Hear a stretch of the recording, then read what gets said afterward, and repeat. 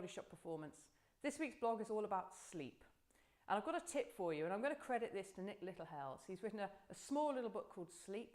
Fantastic book. That and Professor Matthew Walker's book, Why We Sleep, have really helped to shape our ideas and inform a lot of what we guide you on. But Nick Littlehales' idea, amongst the many he's got, is to have a consistent wake time. And I'll explain why he says this. But first of all, what does it mean? Well, for me, my consistent wake time is typically around 7 a.m. Now, I am one of the 99.9999999% of the people in this world who need between 7 and 8 hours of sleep. It's a myth, really, except for a very tiny few of us, that we can survive on anything less in the long term.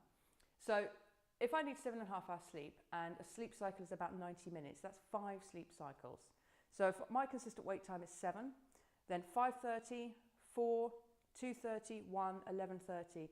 11:30 needs to be my ultimate bedtime. In other words, when I'm going to sleep. And that would mean if I went straight to sleep, I'd get 7.5 hours sleep. Now, in order to create the opportunity to have 7.5 hours sleep, I actually need to have a window of 8.5 hours. So for me, 10:30 is when I need to be in bed at the latest. And ideally, I'll go to sleep quite quickly, but if it does take me a while, I've still got a good chance of getting those 5 sleep cycles. So that's one part of Nick's idea. And the other is that if you think in terms of sleep cycles and not in terms of number of hours of sleep, you can then adapt what you do if, for example, you get in late. So let's say I get in at 11:15 and I'm not going to be able to get to bed and sleep by 11:30. Nick's idea is that you would wait for the next sleep cycle, which is 1 a.m. So you would start preparing yourself at 12 to fall asleep at 1. And then you get 4 full sleep cycles before your alarm or you wake up at 7 a.m.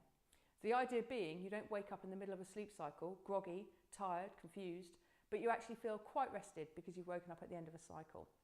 And if you get the chance to nap, you can always catch up on that missing sleep cycle, or you can catch up on it later in the week.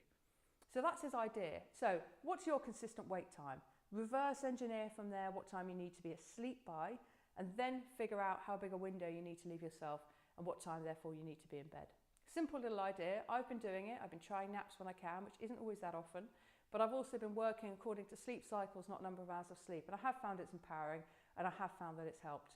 So that's the idea. The book is Nick Littlehales is the author, and it's called Sleep. Really recommend reading that as well. Loads of ideas on what you can do to optimize your sleep. That's it from me. Talk to you next week.